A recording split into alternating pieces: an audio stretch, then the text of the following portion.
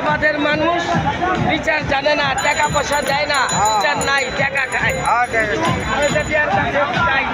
আমরা সঠিক কমিশন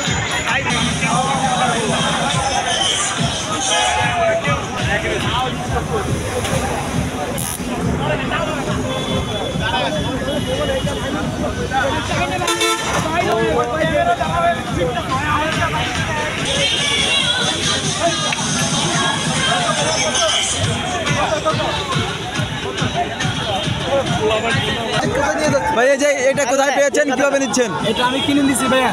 কার থেকে কিনে নিয়েছেন? ভিতর থেকে যারা নিয়েছে ওদের থেকে কিনে নিয়েছি। গণিমাতের মাল। এগুলো কি বিক্রি হচ্ছে? ভেতরের থেকে কত টাকা থেকে কিনেছেন? 1500 টাকা। এই যে আজকে এখান থেকে লুট করছে, আপনার দেখে কেমন লাগছে? লুট হওয়া দেখে কেমন লাগছে? লুট না এটা গণিমতের মাল। এটা লুট না, এটা গণিমতের মাল। গণিমতের মাল। গণিমতের মাল, এটা লুট না। ভারতে বসে খুনি হাসিনা ওখানে ভারতে সে ষড়যন্ত্র করতেছে। সেজন্য আজকে ছাত্র বৈষম্য বিরোধী ছাত্র আন্দোলনে যারা আছে, আসাদ আব্দুল্লাহ সাবজি যারা আছে, তারা ডাক দিয়েছে, আমরা একত্রিত হয়েছি হয়ে খুনি হাসিনার আর বাপের বাড়ি আজকে জ্বালাই দিয়েছি আমরা। ইতিহাসে অতীতে কোনো স্বৈরাচারের দেশে জায়গা হয়নি, ফিউচারে কোনো জায়গা হবে না। আমরা হচ্ছে শেখ হাসিনা থেকে শিক্ষা নিব।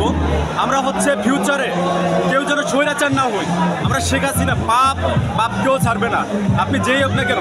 এখন আমাদের টার্গেট হচ্ছে টুঙ্গিপাড়া। শেখ হাসিনার টুঙ্গিপাড়াকে আমরা এখন যে কোনো মুহূর্তে আমরা টুঙ্গিপাড়ায় ঢুকে পড়বো।